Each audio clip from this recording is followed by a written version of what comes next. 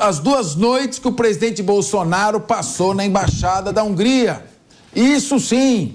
Olha só, a Embaixada da Hungria em Brasília demitiu 2 funcionários brasileiros após o vazamento de vídeos que mostravam Jair Bolsonaro hospedado no local.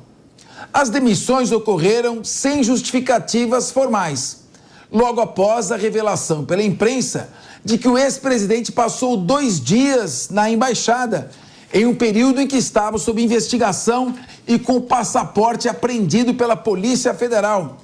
A defesa de Bolsonaro contra as suspeitas de que ele buscava asilo ou evadir-se das investigações, enquanto a Procuradoria-Geral da República avalia o caso.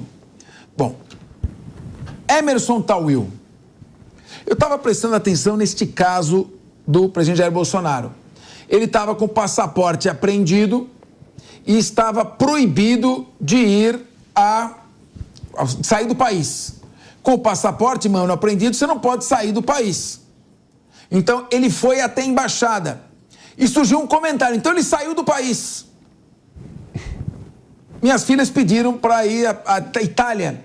Eu mandei elas irem até a Embaixada da Itália, passearem lá um dia. É mais barato. É mais barato, já que ir para a Embaixada é a mesma coisa que sair do país. Agora, acabou a viagem para o exterior em casa. Estou ligando para as embaixadas, elas fazem a visita, ficam na biblioteca vendo as fotografias, já que é a mesma coisa.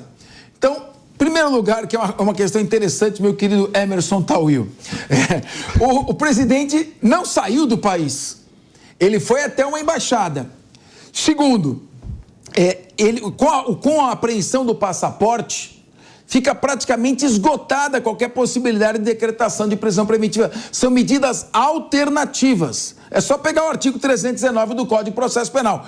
São medidas que são alternativas à prisão preventiva. Então, se já tinha apreendido o passaporte, já se entendeu que aquela é uma medida que substituiria a prisão preventiva. Não seria decretada a prisão preventiva. Ademais, a não ser que o presidente quisesse, com uma máquina de café, com um colega nosso disse que ele foi com uma máquina de café e um travesseiro, morar para sempre na Embaixada da Hungria. Então, realmente, essa questão acabou suscitando um barulho enorme e uma parte da imprensa, vamos prender Bolsonaro, para tudo! Não faça mais cobertura de combate a nada, vamos falar só disso. E, de repente, parece que a coisa já acalmou de novo e estamos aguardando a próxima narrativa. Agora o seguinte, esses 2 funcionários foram demitidos, será que eles mandaram para o New York Times para dar uma disfarçada? Ou seja, manda para lá para esquentar a notícia. E como é que eles têm esse contato com o New York Times? Será que eles estão ligados a alguma estrutura política maior? Capês, lembra aquela dádiva maior do passado que dizia que o personagem chegava em casa, pegava o seu cônjuge lhe traindo no sofá. E ele, para resolver o problema, ele jogava fora o sofá. É muito parecido com isso. Ora, é como se diz, essa hipérbole jurídica que criaram, de ele estar, apesar de dentro da embaixada ser regras, né, e o direito ali húngaro, né, prevalecentes, mas é dentro do território nacional, não existia um aeroporto, um heliponto, né, um porto ali que ele pudesse fazer a sua saída do país. E outra, Jair Bolsonaro chega de forma voluntária e vai de forma voluntária. Ele não foi surpreendido, não foi colocado a toque de caixa. Se ele fosse pedir asilo, ele iria e ficaria. Então são narrativas que criam como se não houvesse mais nada de importância nesse país, como a exemplo da segurança pública, que nós vamos falar agora, como a parte das nossas divisas de fronteiras, que entram e saem drogas, armas e tudo mais, que talvez fosse um ponto muito mais importante.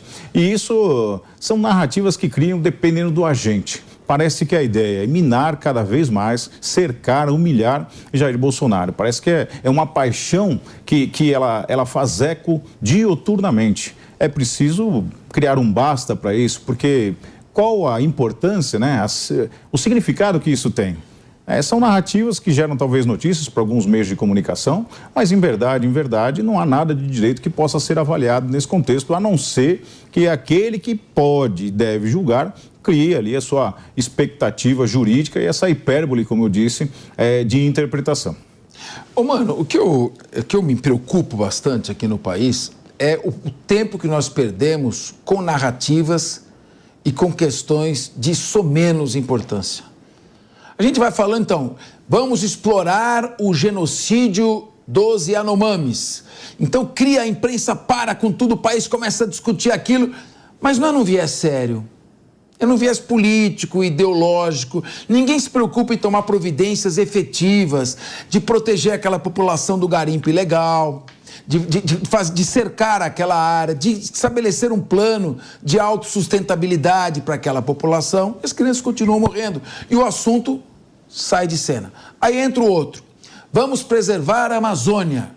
Fizeram um jogral, acho que tinha uns 20 artistas, cada um dizia uma palavra. Eu quero preservar a Amazônia. E depois o que acontece? Nenhuma providência concreta de monitoramento é feito por radar, né? Estruturação dos ministérios públicos, Polícia Federal, Forças Armadas, para proteger a nossa Amazônia, os nossos recursos. Não se fala mais no assunto. Pelo contrário, aumentou o desmatamento através do aumento das queimadas. Ou seja, nem para prevenir as queimadas se realizou qualquer tipo de trabalho. Agora a gente fica discutindo também o baixíssimo nível educacional no país. Ninguém discute a melhoria do ensino da língua portuguesa, redação para as pessoas aprenderem a se comunicar, das ciências exatas. A gente fica discutindo que banheiro que deve entrar o aluno. E é uma questão puramente ideológica, para fugir daquilo que realmente tem que ser feito, que é trabalhar efetivamente.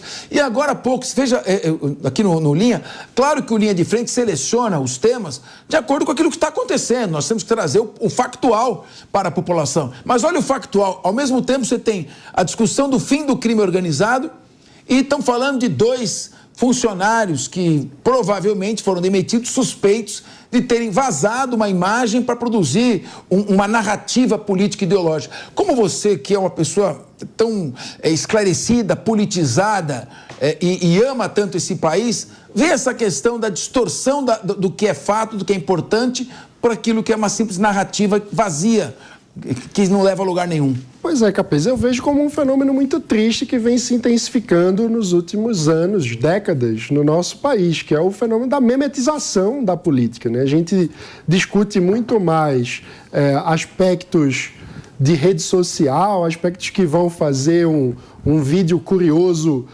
ser compartilhado nas redes sociais, do que temas de fato relevantes para o nosso futuro, num país que não fecha suas próprias contas. A gente não consegue, portanto, o que significa a incapacidade de um país de não fechar suas contas? Significa uma incapacidade política de, como país, pactuarmos quais são, de fato, as prioridades do orçamento público. O que é que são as prioridades da sociedade brasileira para que o Estado brasileiro entregue serviço público dentro das possibilidades.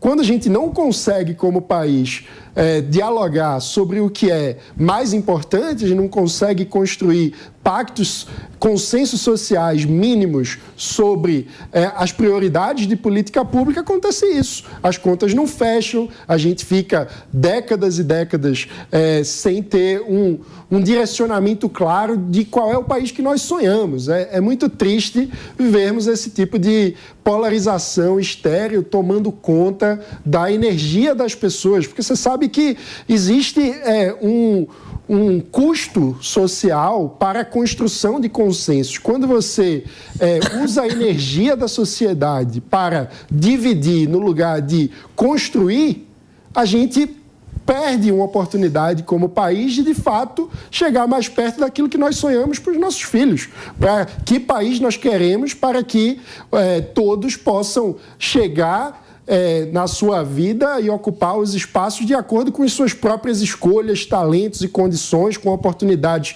para desenvolver as suas potencialidades e não ficarem reféns da loteria do CEP, que é o que acontece no Brasil. A gente não consegue, de fato, encarar quais são as prioridades nacionais e fica perdendo tempo com diversionismo entre populistas, falando o tempo todo de personalidades da política e não de conteúdo de política pública.